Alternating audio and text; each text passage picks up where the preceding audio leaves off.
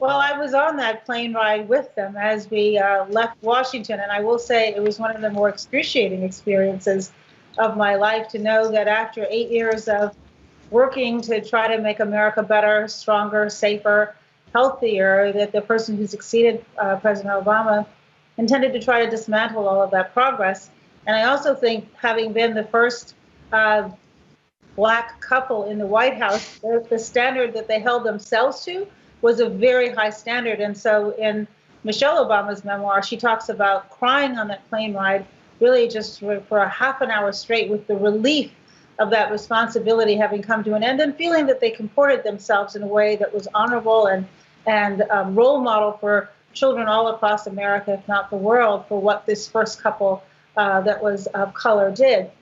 And so I think President Obama's reflection was right, that there were many in this country that truly rebelled against his presidency simply because he was black. The birther movement that was fueled by President Trump questioned his legitimacy to even be president in the first place. First time ever a president's residency or birth right to the presidency was questioned. And that's part of the challenge with being the first.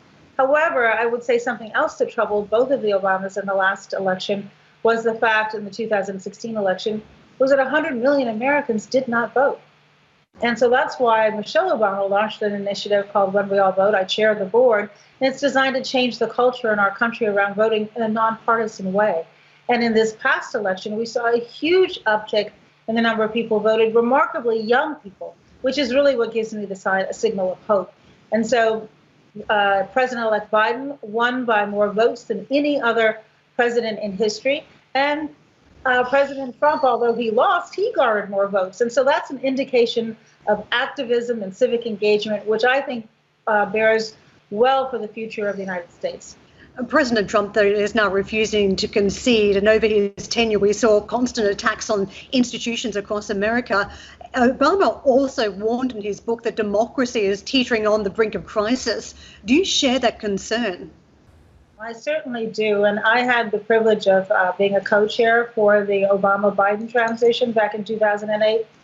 And I have to say that part of the reason we were able to hit the ground running in the midst of a crisis as well, you'll remember the banks were on the verge of collapse, the automobile industry was literally in bankruptcy, we had 2 wars going on, a lot on our plate, and we were able to hit the ground running in large part because of the cooperation and support we received from President Bush. Now, we didn't agree with him on just about any possible policy, but the help and openness with his administration, beginning the day after the election, allowing us into the agencies, getting briefings on everything from national security to the environment to healthcare, you name it. They opened their doors for us, and President Bush, Laura Bush, the entire family could not have been more supportive. And in return, President Obama demanded that we do the same when President Trump was elected. And that is not happening now. And every day that goes by, that there is this lack of cooperation, this unwillingness to face the reality of the outcome of the election, puts our country at peril.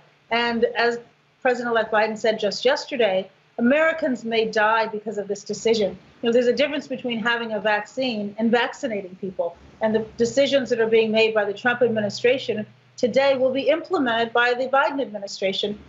They should be privy to those conversations.